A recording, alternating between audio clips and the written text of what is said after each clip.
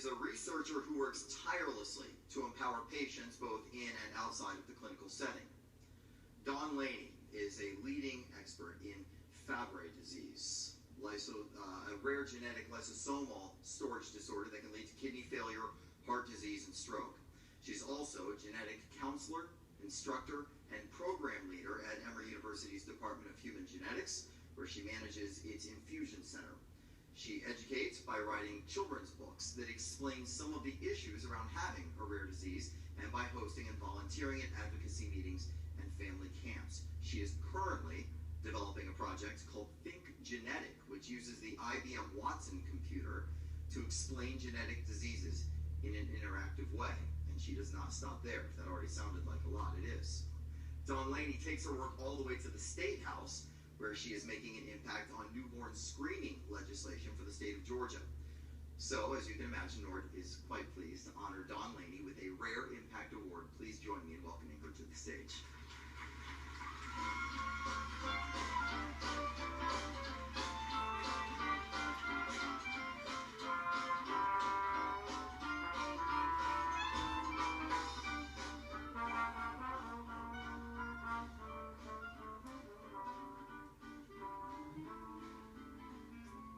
What an amazing honor to be here before you, receiving this amazing award. And I have to thank, of course, NORD and Cheryl and Kim, without whom I'd never be receiving this once-in-a-lifetime award.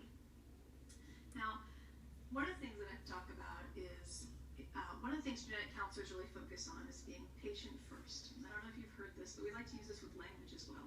In my publications and in my career, I've always tried to make it patient first, which means I may not be the person who's going to find a cure for Fabry disease, but I'm going to try to think in every way I can possible to make any little thing that comes up in lysosomal storage disease or Fabry disease to learn a little bit better, to learn a little bit more. And I have to thank the National Fabry Disease Foundation and Fabry Support and Information Group for embracing me and all the patients who participated in all my crazy clinical trials and all those that are less crazy that come down just from those sponsors, to really embrace me. Embrace me perhaps like that eccentric aunt who asks about bodily functions and tries to spend some time with you talking about your family a lot, maybe pinches your cheek. But honestly, to be part of a community, a patient community, should be everything that a healthcare provider should strive for. Because you learn about a condition by listening. By asking the questions that maybe seem like just a little no-DAS study right now, but really become something critical as we go down, because we never know what's going to come. What's going to come from clinical trials, what's going to come with new therapies, and what we need to listen to now, maybe the thing we should have listened to 20 years from now. So I just have to say thank you. Thank you for this award. Thank you to all my family members and my husband who puts up with my patient-first methodologies.